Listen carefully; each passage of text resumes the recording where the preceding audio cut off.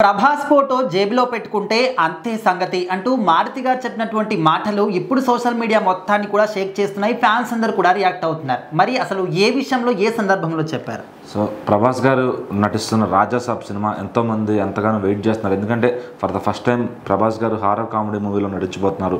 So ఈ మధ్యన హిందీ వాళ్ళకి కూడా హారర్ కామెడీ ఫిల్మ్స్ చాలా బాగా నచ్చుతున్నాయి. సో ఇది తెలుగుతో పాటు హిందీలో కూడా ఒక మంచి బాక్స్ ఆఫీస్ సెన్సేషన్ క్రియేట్ చేస్తుందని అందరూ నమ్ముతున్నారు.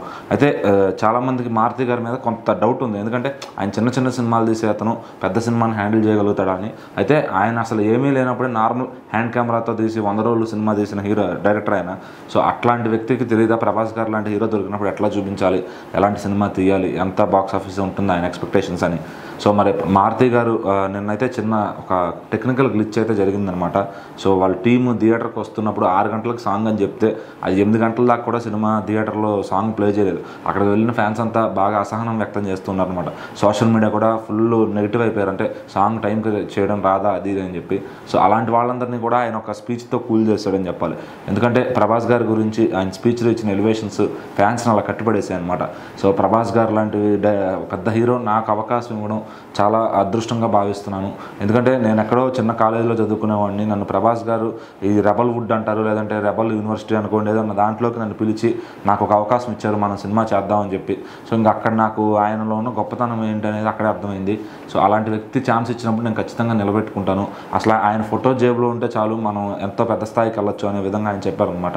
సో రెబల్ సాబ్ సాంగ్ అయితే ఫ్యాన్స్ ఫుల్గా ఎంజాయ్ చేస్తున్నారు. ఎందుకంటే చాలా రోజుల తర్వాత ఈ గత బాహుబలికి ముందు కూడా కలర్ఫుల్ సాంగ్స్ చేసేవాళ్ళు ప్రభాస్ గారు. ఆ తర్వాత నుంచి అన్ని డిఫరెంట్గా వెళ్తుండటంతో అసలు ఆయనలో ఉన్న ఇంట్రొడక్షన్ సాంగ్స్ అనేవి కనపడకుండా పోయాయి.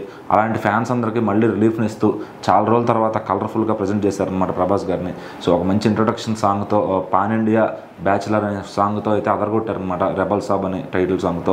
సో మరి ఆ సాంగ్ ఎలా ఉండబోతుంది థియేటర్లో స్క్రీన్ పైన చూడటానికి ఫ్యాన్స్ అయితే అంతగానో వెయిట్ చేస్తున్నారు.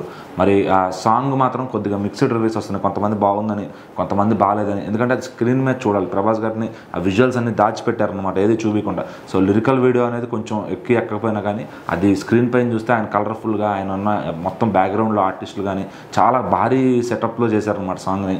సో మరి ప్రభాస్ గారి స్కేల్లోనే ఉంది ఆ సాంగ్ కూడా. మరి మారుతి గారి స్పీచ్ ఓ హైలైట్ అయితే ఆ సాంగ్ ఓ హైలైట్ అనిపించింది ఫ్యాన్స్కి. ఆ స్క్రీన్లో చూసిన వాళ్ళు అయితే ఫుల్గా ఎంజాయ్ చేశాను అని చెప్పి ఫుల్గా రివ్యూలు ఇచ్చారు.